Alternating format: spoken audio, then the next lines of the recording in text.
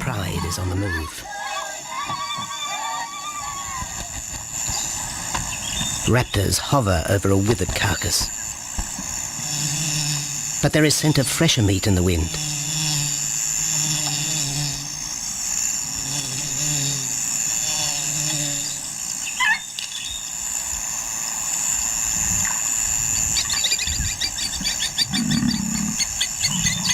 Pickings have been slim for Nabamba's pride since her fight with a startled warthog.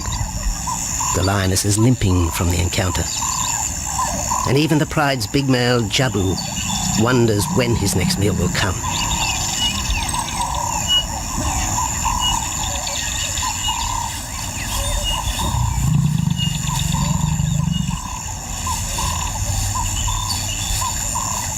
There's been no kill for 3 days, and Nabamba's cubs are hungry. Survival is tough across this tawny continent, and for the lions of Pinda Reserve, etched into the heart of Zululand, only those with speed and cunning will eat.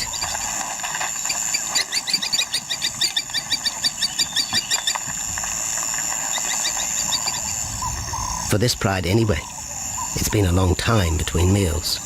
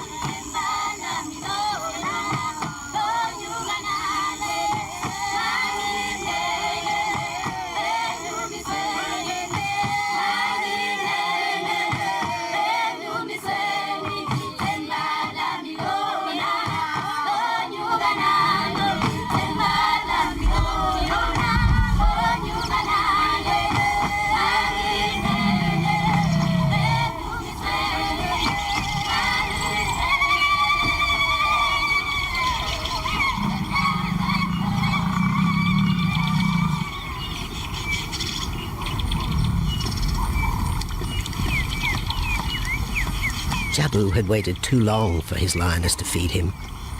Overnight, his stealth carried him into the path of a careless zebra. The rest of the herd is still skittish. One animal had already lost his tail to a hungry pride, but for the dazed stallion, it was all over in seconds.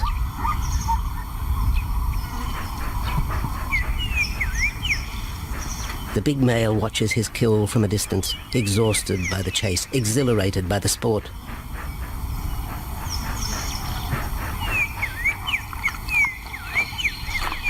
Jabu will feast later. Tired from the hunt, he needs to rest.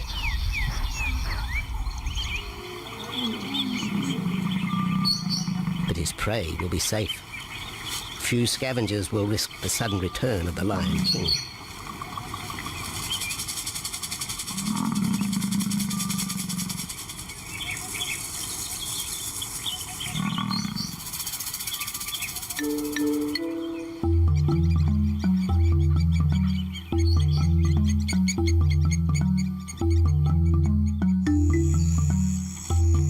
Zulu trackers follow the spoor of Nabamba's pride across Nziki Marsh. This vast tract of savanna is favoured by the lions in the dry air of winter, but it's a region also shared by Pinda's giraffe and white rhino population.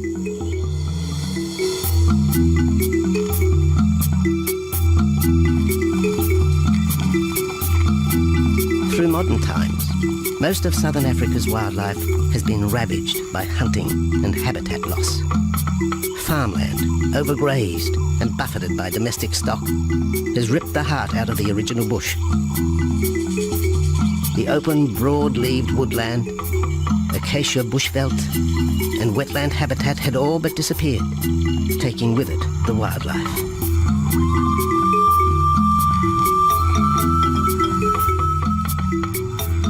A few years ago, the Pinda project was born.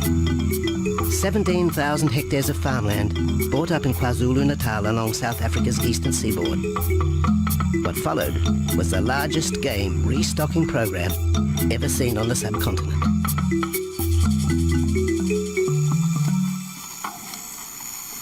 The land was overgrazed to a certain extent and it wasn't in very good shape. They put all these farms together, put a perimeter fence around it, and then brought in a lot of game. We brought in elephant, we brought in rhino. We started off with those sort of animals and then started with cheetah, bringing in cheetah onto the reserve, mainly to get them used to the area before the lions came on, because the lion is a more superior predator as such and would dominate the cheetahs. We wanted to get them settled first before the lions came in.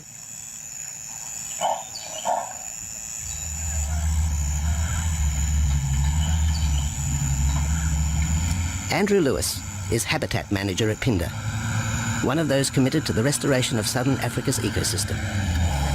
Pinda is the Zulu word for return, and the aim of his company, Conservation Corporation Africa, is to return the land to its traditional wildlife and at the same time restore the habitat to its original state.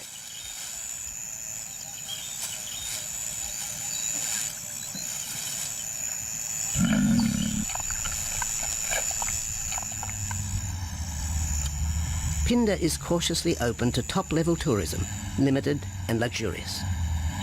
Dreams of extending the green frontier require funds, and the reserve's lion pride has already earned its keep.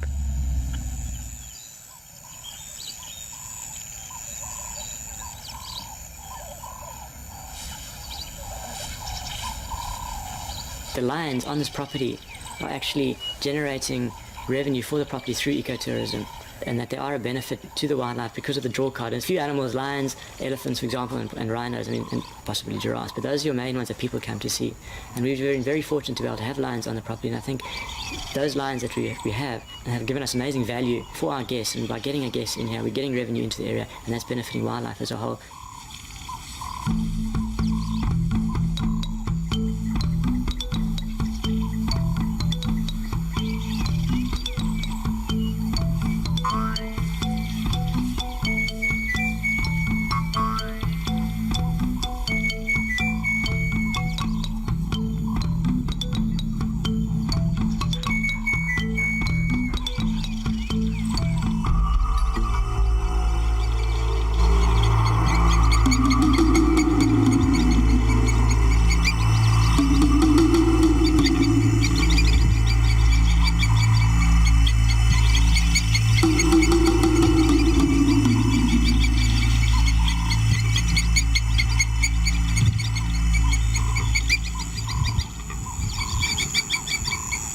Jabu has returned to his kill. He licks the bloated carcass, but still there is no feeding. Lions will gloat over their prey, delaying the first bite until the meat ripens. For Jabu, the prospect of the meal is to be relished as much as the eventual feast.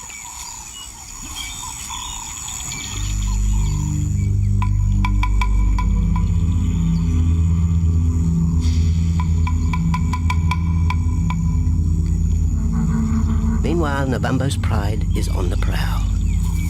The older cubs are 10 months now, weaned, but still dependent upon Nabambo for food.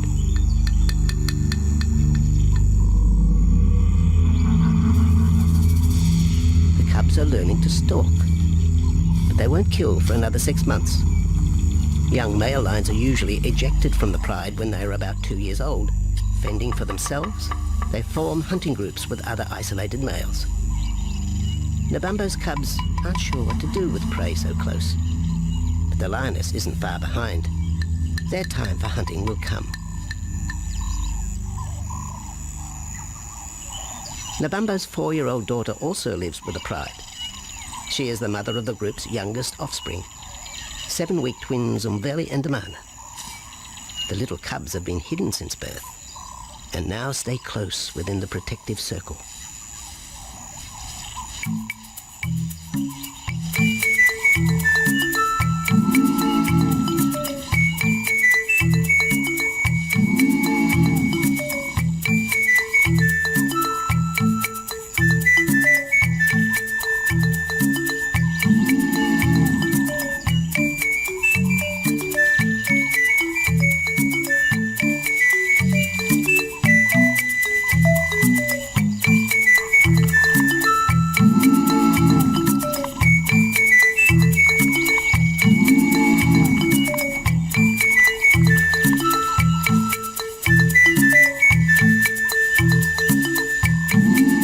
jabu has little time for his small cub. When he is older, the mana will hunt with his father, but for the moment, the big male has nothing to do with his young son. Dejected, the cub finds solace among his siblings.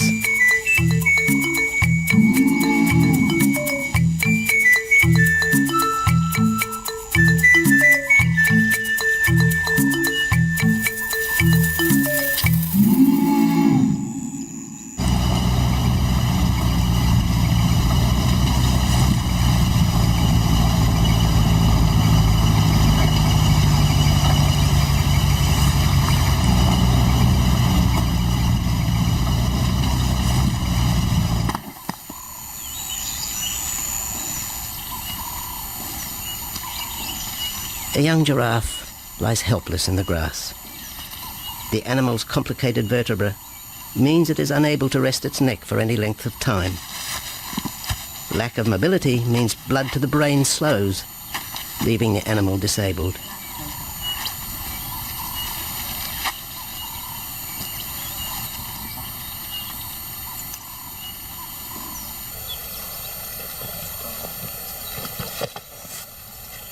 Efforts to lift the head fail, and rather than leave the giraffe vulnerable to predators, the young bull is shot by rangers.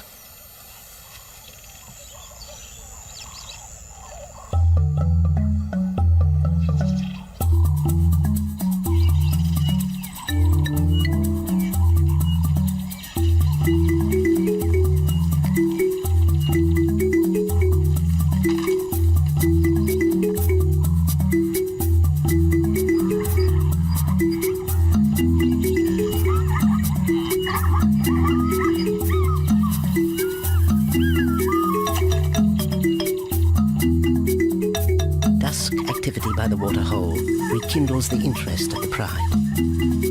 Nabambo is typical of most big cats. They conserve energy 20 hours a day, waking only to groom and hunt.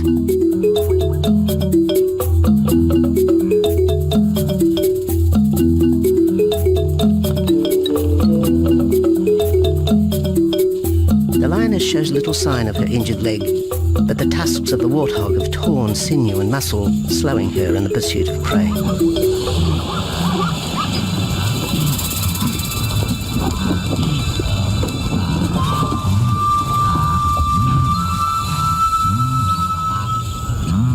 Once again, Nabambo in her pride will go hungry. But the big lioness senses another kill nearby. A young giraffe slain by humans will provide meat for her cubs. Leaving the pride, Nabambo follows the scent.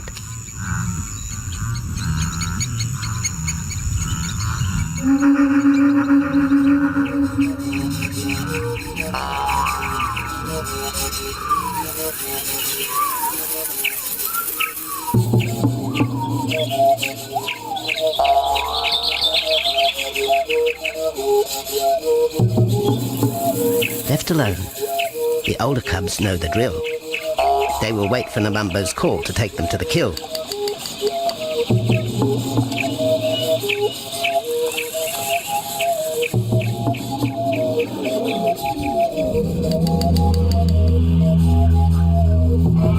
The day moves into shadow. The cubs are restless and a little afraid. Adult lions have few enemies, but cubs, even those 10 months old, are at the mercy of leopard and other predators.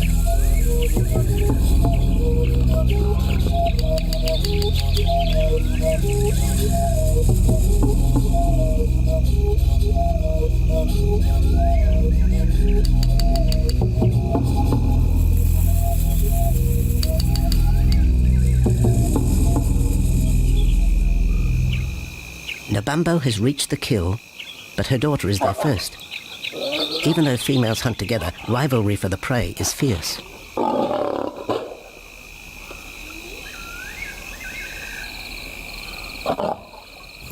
The big lioness begins the trek back for her cubs, but the youngsters have heard her call and they meet halfway.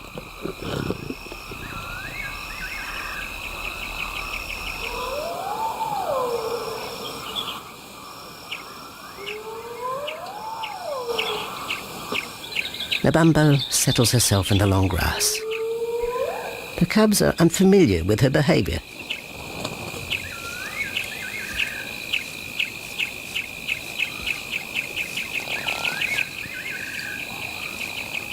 A female will usually head the charge with any kill, splitting the hide of the victim and leading the way for the pride to eat.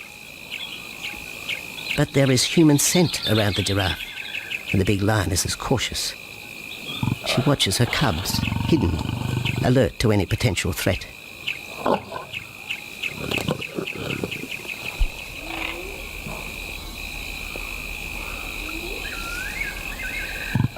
The cubs are curious, confused by this new smell.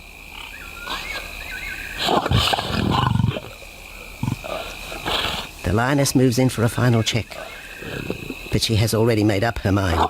The carcass is tainted. There are foreign traces, a dangerous ambience. Instinct tells her this is not food fit for her cubs. Disappointed, Nabambo moves away, the scent of another night stalk already in the wind.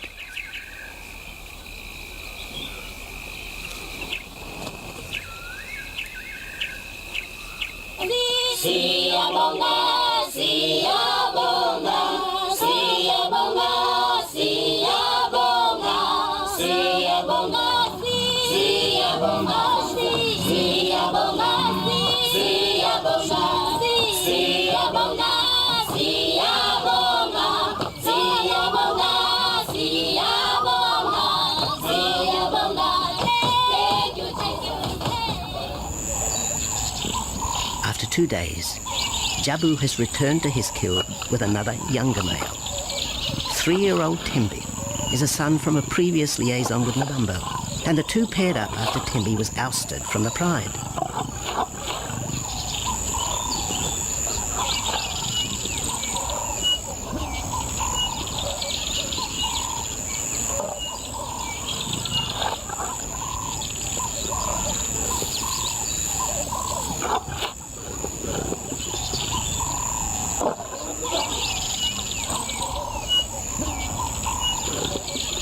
Pride males are lazy and will gladly let the females track down prey.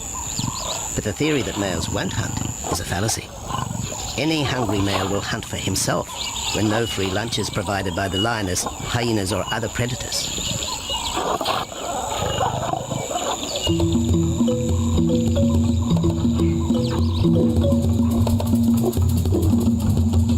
Smaller creatures scatter in the vicinity of the two lions. There will be no hunting for a while. Bloated after the zebra kill, both males will sleep for the next day, oblivious of their surroundings.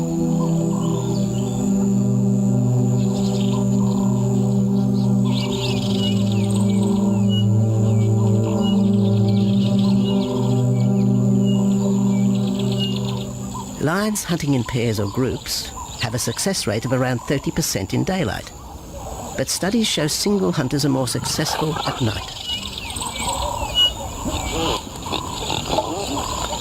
Lions are sociable cats, the only group to take part in communal hunts.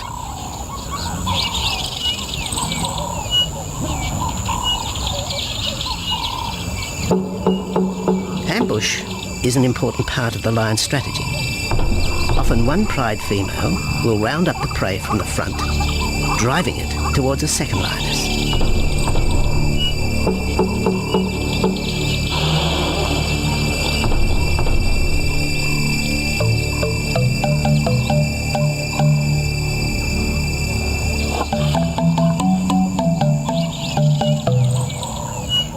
As in most cases, the pride male will only get involved if he has to.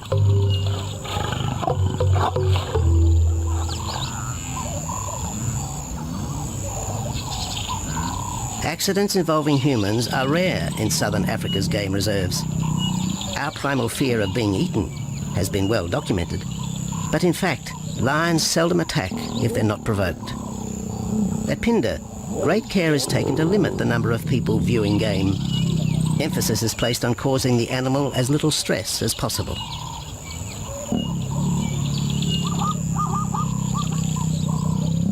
Lion isn't a part of their natural food source. They don't normally go out and hunt people.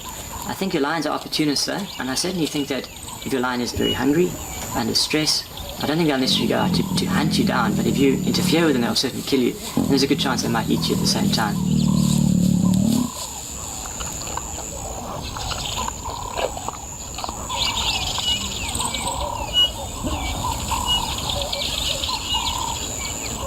With all animals, it's how you treat them is what's the reaction you're going to get back from them. Certainly at Pinda, all our guides go through a training course and they're all brought up to a certain standard. There is a certain operating ethic with regards to viewing animals, and we certainly try and be as sensitive to the animals as possible.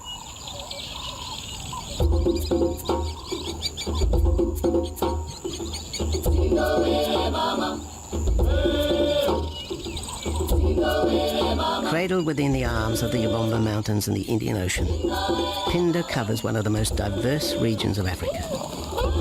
Here are found 7 different ecosystems, from palm savanna and bushveld to rare sand forest and dense thorn bush, all restored from the pastoral belt which had swept down the east coast.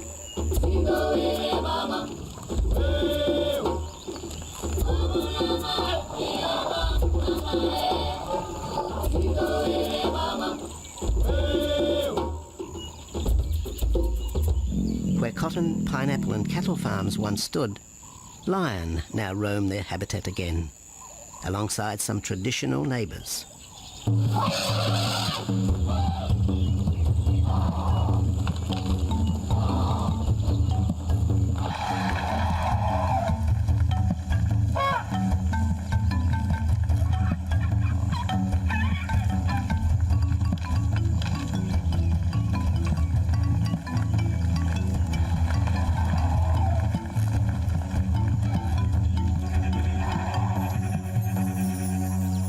Pinda sees its responsibility to the region extending beyond restoration of habitat and wildlife. It provides schools and a clinic for the local Zulu community, as well as employment.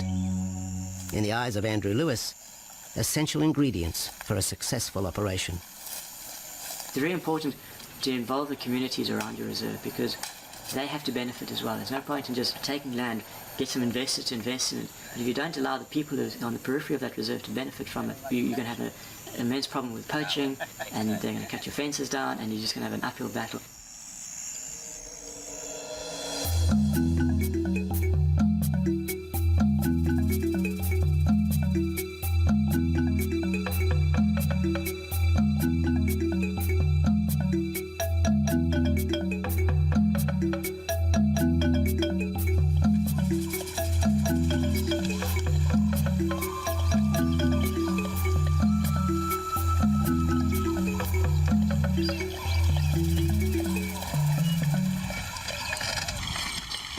In 1992, the Pinda lions were among the first of the big 5 animals to be relocated to the reserve.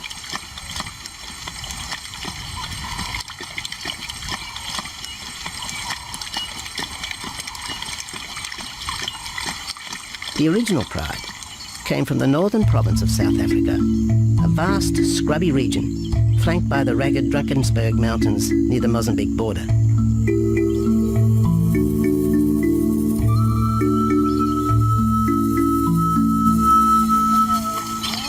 Peter Rogers helped round up Pinda's first pride, handling the lion's capture and subsequent move south. Today, he's head vet at the Hoedspruit Research and Breeding Centre for Endangered Species, overseeing its cheetah breeding program.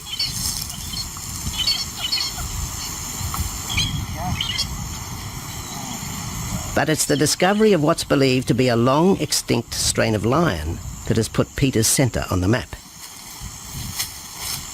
We were involved in the rescue of these circus animals that came down through Africa and were abandoned in Maputo. We were just founded by an animal welfare group called Animal Defenders based in London, and they said, could we just keep these animals temporary? First they mentioned tigers, and then they came back and said, well, there's 6 lions as well. So we said, yeah, we could hold them temporarily just until they found permanent homes for them, but basically get them out of that predicament that they were and the shocking conditions that they were in Maputo and Mozambique.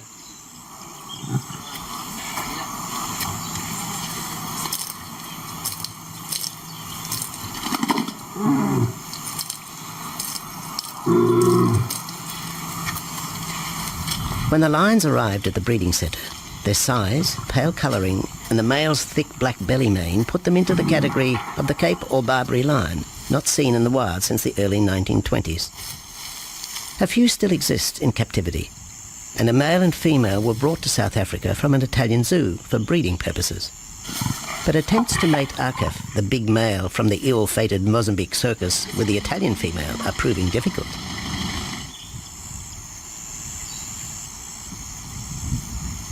Arcaf is overprotective, even preventing the lioness from eating when the meat truck arrives.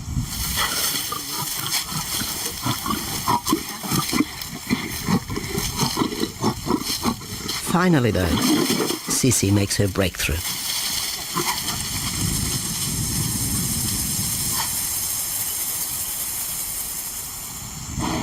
We'll see you up in the front there, Mark. You're going to go to that sort of middle central area. Where are you going to go?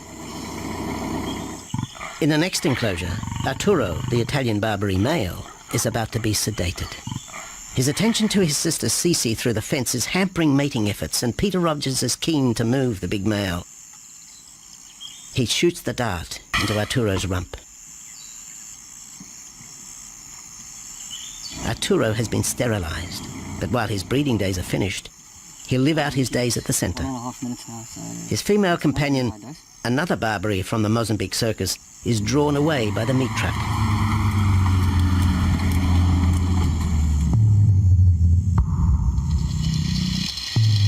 It's 20 minutes before the anesthetic takes effect.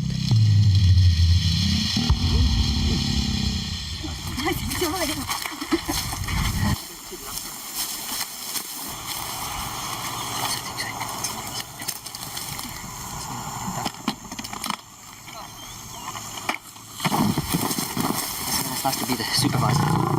Slowly.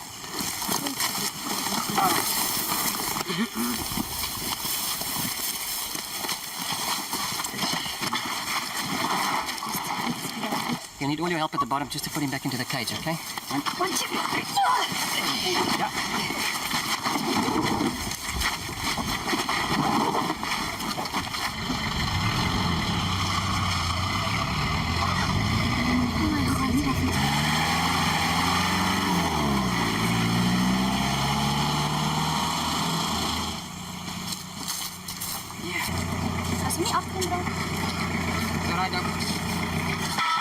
The anesthetic gives Peter Rogers and his team a chance to check over the 12-year-old lion.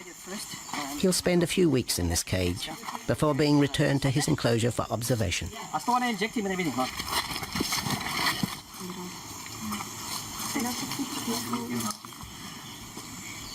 It's very exciting to be part of this project because they feel that there are perhaps not many Barbaries, if any, that are really pure, that are left even in captivity. They feel that over time other animals from other genetic bases are brought in. So there's a big project afoot at Oxford University to do the genetics. So that's just getting off the ground now. Okay. We just put under the skin on the neck if we can find the skin under this big beard of his. Normally lions wouldn't have this many ticks, but being from Italy, a European lion, it doesn't have that innate or inherent resistance to ticks. It does come with time.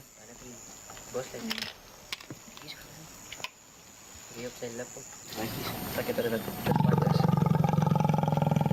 What we can do is put him in there and roll him over inside there. Immediate term now is to get these ones to breed, and we'll take it day by day from there and see how it goes. But the prime object initially was just to get these animals back into good health, and it's developed into something a lot bigger.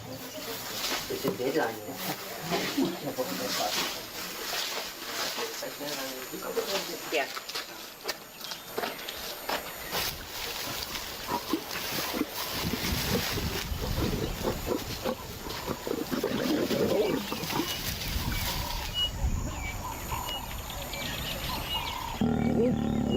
While the breeding centre's lions are healthy, it's not the case a few kilometres away in the Kruger National Park, where TB has ravaged half the population.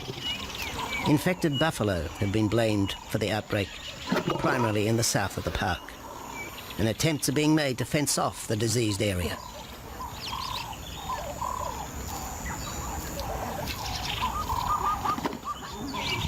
And the lions are preying on infected buffalo. Because it's an exotic disease and not an indigenous disease, the lions are totally naive and they've got no resistance to it. So it's a big problem. It's a very difficult decision to make as to what to do. It's a very topical and heated subject at the moment.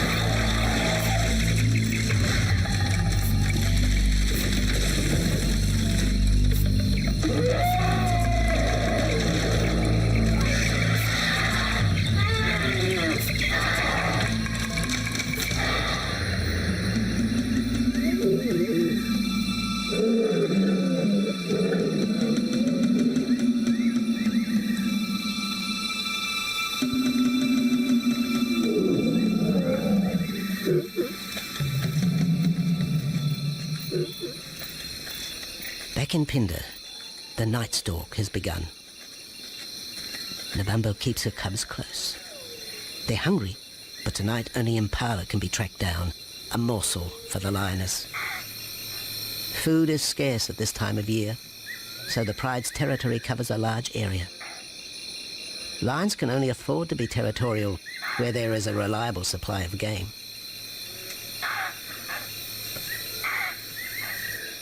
Jabu wants to mate. He's been with his pride for nearly a year now. But Nabambo would prefer a larger group of males around her. Eventually, though, Jabu will have to join forces with other males to have a chance of keeping this pride. The big male is only 7 years old and a fine specimen, weighing in at just under 200 kilograms. For the moment, he's secure. Although tonight, Nabambo has hunting on her mind.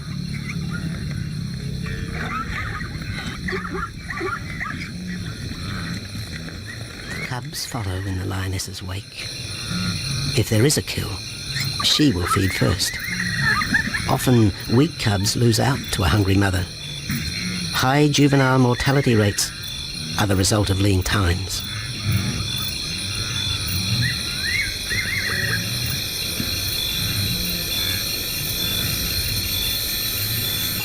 Jabu has had enough.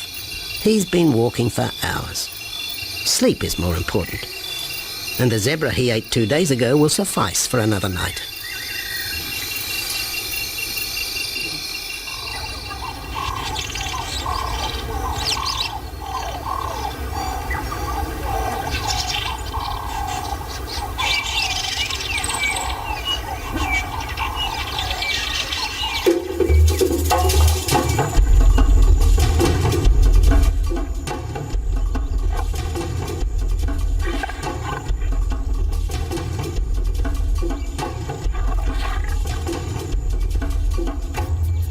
Nabambo has made a kill, a young Nyala buck. It's been 3 days since the pride has eaten, and this will provide meat for them all.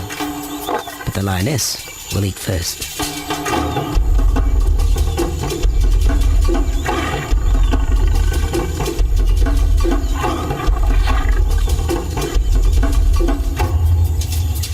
The cubs know the routine.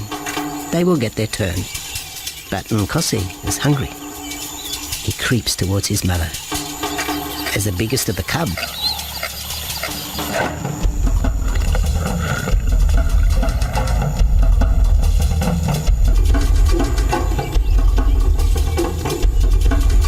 Nkosi watches. A lioness can eat more than 20 kilograms in a single sitting. This could be a long wait for the little cub. Nkosi approaches the kill cautiously. Sometimes the lioness will turn on her cubs, but today Nabambo is pleased with her efforts.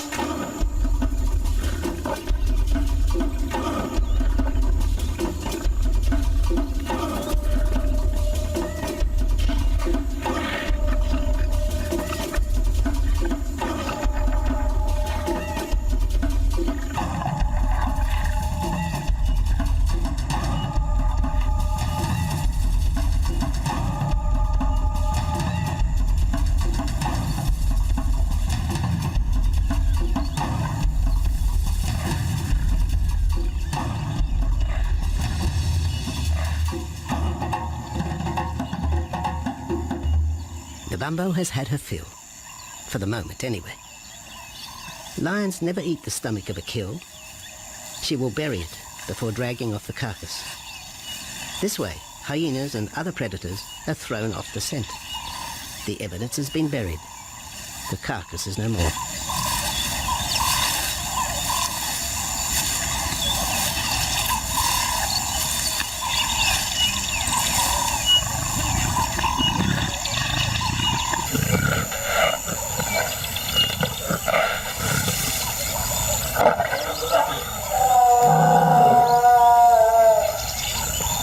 Nabambo's daughter hears the call.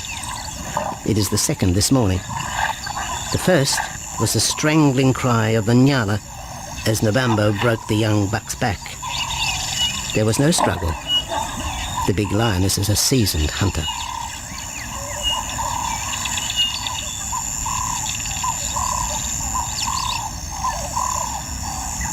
The rest of the pride will feast on the carcass after Nabambo retires.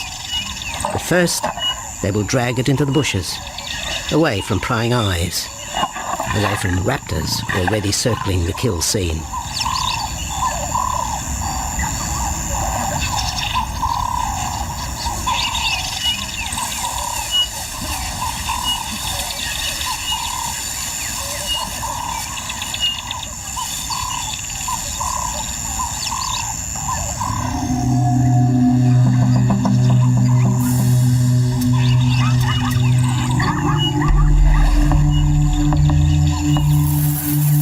Has created a nervous edge.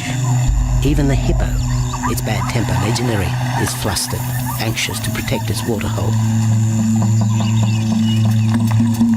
The wildebeest are a favourite prey for lions. Naturally, they feel vulnerable. But for the pride, there is no agitation.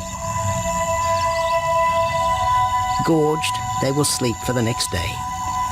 Even Mveli and Damana, the 7-week twins, have tasted blood for the first time. But it will be many months before they take part in a hunt.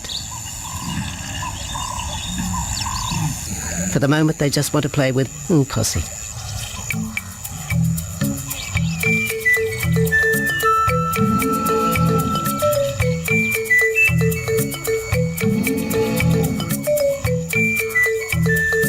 The older cub is beginning to take on the shaggy mane of the bigger males. Within 18 months, he will be hunting with them, competing for his own pride. In the meantime, though, he has to contend with his young siblings.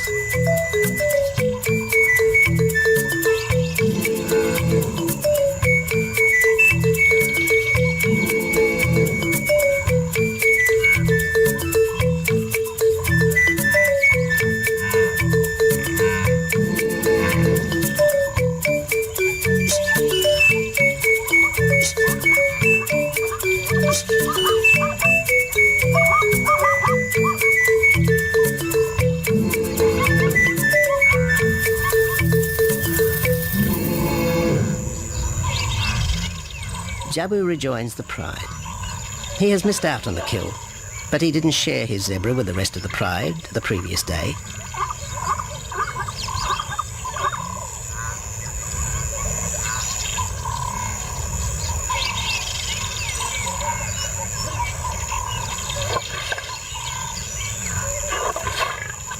A half-hearted attempt at mating, but the big lion's attention is drawn to a curious onlooker.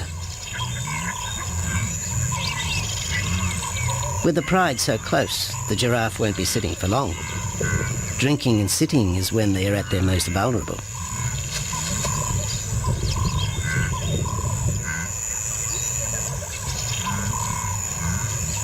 Jabu keeps an eye on his group. Pride takeovers by other males are common, and savage fights can occur between the pride male and the intruder. If a takeover is successful, the new male will usually kill all the suckling young of his former rival.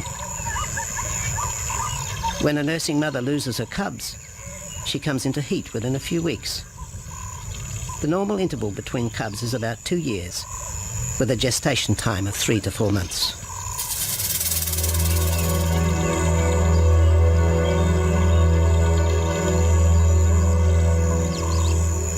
Jabu marks his territory, but it may soon be all in vain. A fresh infusion of lion genes is necessary to avoid the effects of long-term inbreeding. It's likely Jabu and his son Tembi will be swapped for males from another game reserve. This will broaden the bloodlines of future lions and avoid the genetic risks currently facing the pride at Pinda.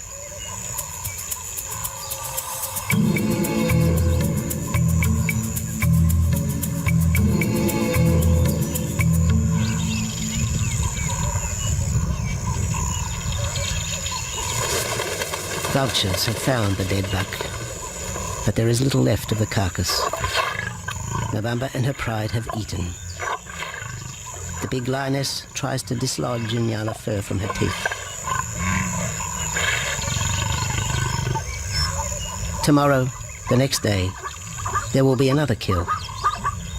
November's cubs will grow up strong.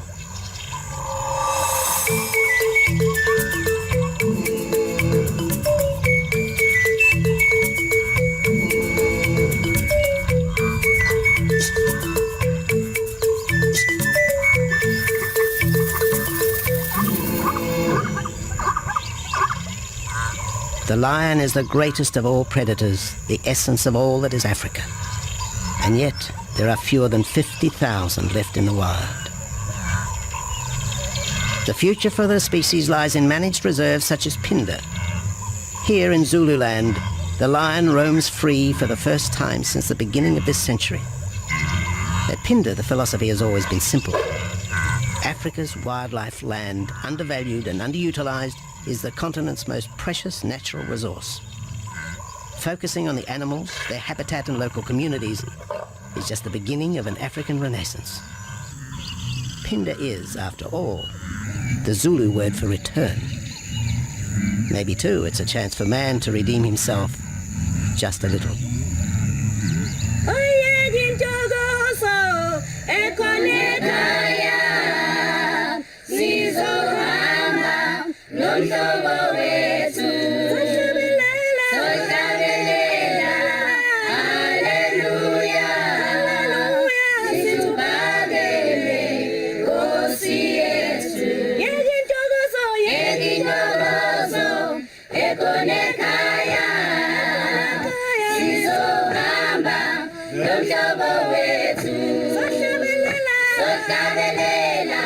Hallelujah.